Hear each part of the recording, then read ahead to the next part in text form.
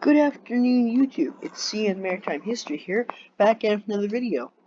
Now, I'm positively certain, or at least I know I was, when I first saw this concept 5 minutes ago and threw together a video, I thought this was some sort of fictional thing from a book. Indeed, you are looking at it, Great Britain did at one point in time try to create a aircraft carrier made out of an iceberg. Yup, and here's the story. Geoffrey Pike was an old friend of J.D. Bernal and had been recommended to Lord Mountbatten, who was the Chief of Combined Operations by the Cabinet Minister Leopold Amory. Pike worked at Combined Operations Headquarters, COHQ. Alongside Bernal, was regarded as a genius by Mountbatten. Pike conceived the idea of Habbakuk while he was still in the United States, organizing the production of M29 Weasels for Project Plough, which was a scheme to assemble an elite unit for winter operations in Norway, Romania, and the Italian Alps. He had been considering the problem of how to protect seaborne landings and Atlantic convoys out of reach of aircraft cover. The problem was that steel and aluminum were in short supply and were required for other purposes. Pike decided the answer was ice, which could be manufactured for just 1% of the energy needed to make equivalent mass of steel. He proposed that an iceberg, natural or artificial, be leveled to provide a runway and hauled out to shelter aircraft. By the way, eventually the design, they did not make it to full proportions, they made a model of it, but the planned designs would have been over 2,000 feet long. From New York, Pike sent the proposal via diplomatic bag to COHQ with a label forbidding anyone apart from Mountbatten from opening the package. Mountbatten, in turn, passed Pike's proposal on to Churchill, who was enthusiastic about it. Pike was not the first to suggest a floating mid-ocean stopping point for aircraft, not even the first to suggest that such a floating island could be made of ice. A German scientist, Dr. Ager from Waldenburg, proposed the idea and carried out some preliminary experiments on Lake Zurich in 1930. The idea was a recurring one. In 1940, an idea for an ice island was circulated around the Admiralty, but was treated as a joke by officers, including Neville Shute, who circulated a memorandum that gathered even more caustic comments. The document was retrieved just before it reached the First Sea Lord's inbox. Now, First Sea Lord, just a little background about that, would have been the person, like the second in command to the Lord of the Admiralty. The project's codename was often incorrectly spelled Habbakuk, with 2 B's, as it is spelled here, as that is how it was mainly spelled, but the real name of what it's based on would be 1 B. In official documents, this may have been Pike's error. At least one early unsigned document, apparently written by him, spells it Habbakuk, with Habbakuk, with 2 B's. However, post-war publications by people concerned with the project, such as Perutz and Goodeve, all show the proper spelling of 1 B and 3 Ks. The name is a reference to the project's ambitious goal.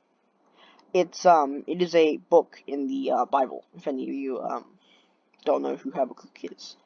I believe it's the Bible, yeah. David Lampe, in his book, Pike the Unknown Genius, states that the name was derived from Voltaire's Candide and was misspelled by Pike's Canadian secretary. However, the word does not actually appear in Candide, so this is probably inaccurate. In early 1942, Pike and Bernal called in Max Perutz to determine whether an ice floe large enough to withstand Atlantic conditions could be built up fast enough. Perutz pointed out that natural icebergs have too small a surface above water for an airstrip and are prone to suddenly rolling over, which would be a very serious problem for aircraft carriers. The project would have been abandoned had it not been for the invention of pikereat, a mixture of water and wood pulp that when frozen was stronger than plain ice, was slower melting and would not sink. Developed by his government group and named after Pike. It has been suggested the Pike was inspired by Inuit sleds reinforced moss. This is probably apocryphal, as the material was originally described in a paper by Mark and Hohenstein in Brooklyn. Pikereat would be a machine like wood and cast into shapes like metal, and when immersed in water formed an insulating shell of wet wood pulp on its surface that provided its interior from further melting. Oh, and by the way, guys, since this video is probably going to be quite long, I think I'm going to break it up into 2 parts. So, if you guys want to see the next video, subscribe for it, so we can grow the channel, and I can make more videos, and more people can subscribe. And eventually, who knows how big we'll get. However, Perutz found a problem. Ice flows slowly in what is known as plastic flow, and his test showed that a pikereat ship would slowly actually sag, until it was cooled to 3 degrees Fahrenheit, which, if any of you know, is very cold. To accomplish this, the ship's surface would have to be protected by insulation, and it would need a refrigeration plant and a complicated system of ducts. Perutz proceeded to conduct experiments on the viability of pykrete and its optimal composition in a secret location underneath Smithfield Meat Market in the city of London. The research took place in a refrigerated meat locker behind a protective screen of frozen animal carcasses. This is a scale drawing of what the HMS Habbakuk would have supposedly look like. Now you see all these pods on the side. Because of how now you realize that, like in an iceberg, 3/4 of it is underwater. So most of it would be underwater, and of course you can see the rudder back here. But all these are engine pods. This is what would drive it, pretty much, because it would be very heavy. You can see this is 100 to 200 aircraft. Dimensions 2,000 feet by 300 feet by 150 feet. Approximately, if I'm not mistaken, that's 1,800,000.